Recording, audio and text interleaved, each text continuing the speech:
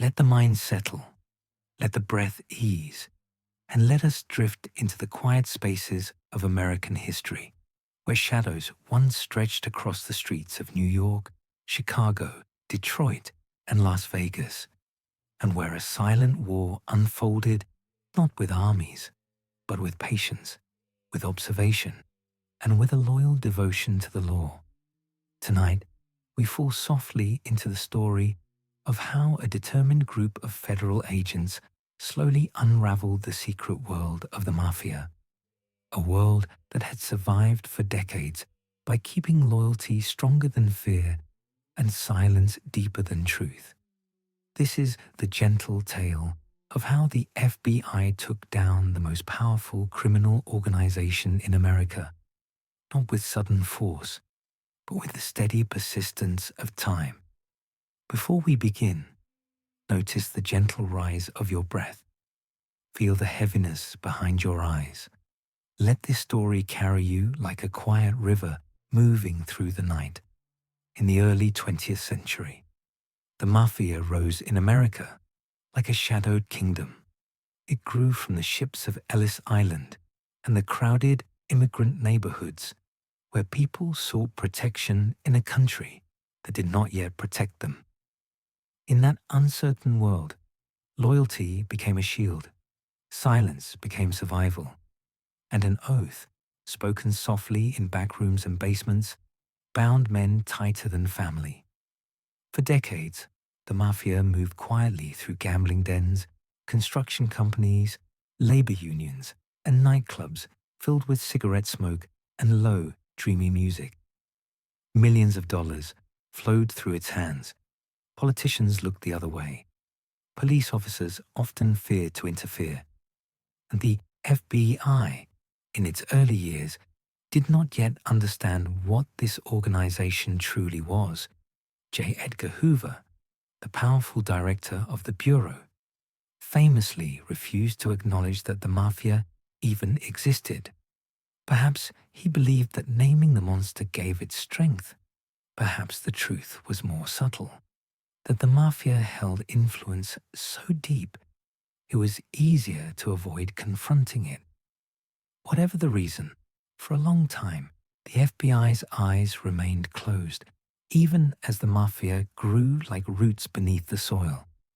But history has a way of shifting slowly and inevitably, like the turning of the tide.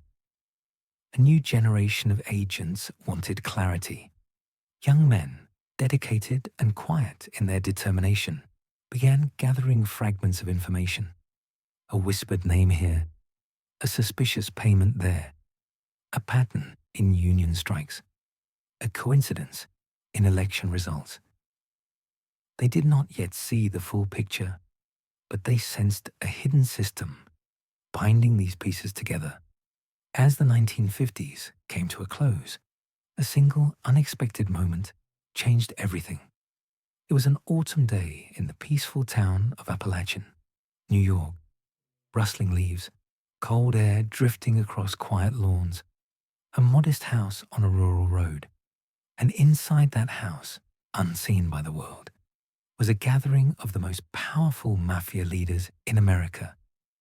Bosses from New York, Chicago, Buffalo, Cleveland, Detroit. A meeting so improbable that federal agents had never imagined such unity existed. But a single New York State trooper noticed a few too many expensive cars rolling up a lonely driveway. He investigated, and suddenly, the Mafia's greatest secret broke open. Dozens of mob leaders fled into the woods and fields, running through bushes and streams, their fine suits soaked with autumn leaves. Many were caught, many escaped. But in that moment, the truth could no longer be denied. The Mafia was real, it was powerful, and it was organized. Apalachin was a whisper turning into a voice. The FBI could no longer look away.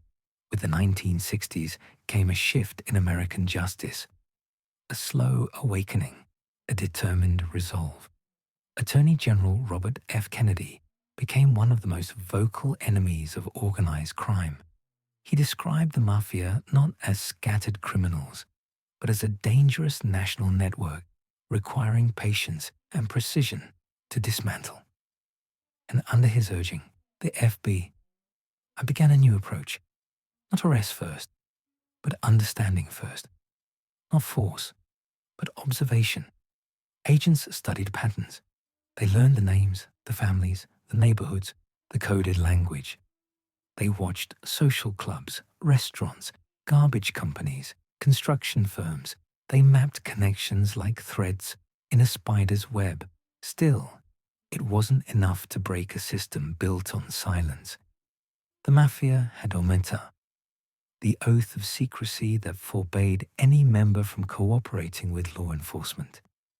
For decades, no one inside had ever dared speak about the inner workings of the organization. But history again turned with a subtle shift in fate. His name was Joe Valachi, a soldier in the Genovese family. Not a boss, not a leader, but a foot soldier caught in the grinding gears of Mafia politics. Imprisoned and fearing for his life, Valachi did the unthinkable. He broke omertà. He spoke to the FBI. And then, in front of the United States Senate, he calmly described the structure of the Mafia, its families, its hierarchy, its rituals, its methods. The nation listened, as if hearing a ghost speak. The FBI listened with steady attention. For the first time, they had a map, a blueprint drawn not in ink, but in whispered truths. The 1970s brought even more tools. New laws allowed prosecutors to pursue entire criminal organizations, not just individuals. Surveillance equipment improved. Undercover agents gained the skills and training to step softly into dangerous worlds. And in a series of patient, quiet operations, the FBI began to move deeper and deeper into Mafia territory. There was Agent Donnie Brasco, a calm, observant man who spent years living inside the Bonanno family's orbit. He drank with them, talked with them, trusted them, and was trusted in return. It was a delicate dance, dangerous and constant, but his information became one of the most significant cracks in the Mafia's foundation. There were wiretaps placed gently in ceiling tiles, in phones, in the corners of smoky back rooms. Agents listened as mob bosses discussed union deals, gambling operations, and quiet acts of violence spoken as casually as weather reports. Slowly, the structure that had once seemed unbreakable began to shift, not with explosions, but with a patient erosion of secrecy. The Mafia had survived because of silence. Now, silence itself was unraveling. In the early 1980s, a new legal tool emerged, one that changed everything. RICO, the Racketeer Influenced and Corrupt Organizations Act. A long name, a heavy concept, but a simple idea at heart. If a criminal organization profits from a pattern of crimes, then the entire organization can be prosecuted as one. It was the legal key that unlocked the gates.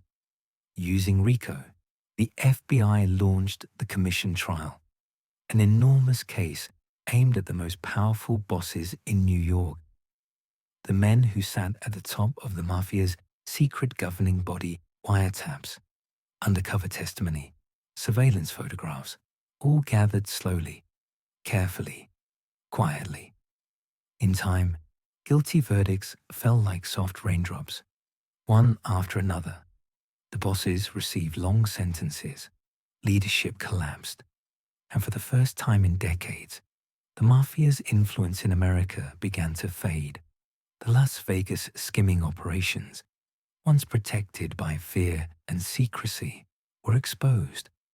Labor racketeering cases broke open hidden alliances between crime families and powerful unions. Even political corruption saw the gentle light of truth. The Mafia did not disappear, but its power became dimmer, quieter, smaller. The empire built in shadows now struggled to hide from the growing light. And so, in the hush of the late 20th century, the long war between the FBI and the Mafia came to a quiet turning point. It had not been won with dramatic raids or violent confrontations, but with patience, with endurance, with loyalty to the law as steady as the desert wind. The FBI's victory was not the crushing of an enemy, but the steady illumination of truth. The Mafia's greatest strength had been secrecy. The FBI's greatest weapon was persistence. And in the end, persistence outlasted silence. As you drift now toward rest and soft dreaming, let the quiet lessons of this story settle gently within you, that even the strongest shadows fade before the steady light, that even the deepest secrets rise to the surface with time, and that patience, calm, enduring patience, can shape the world more powerfully than force. Breathe softly. Feel the weight leave the body. The night is calm. The story is finished. And the world, just for a moment, is quiet. Sleep well under the slow and steady glow of history's peaceful light.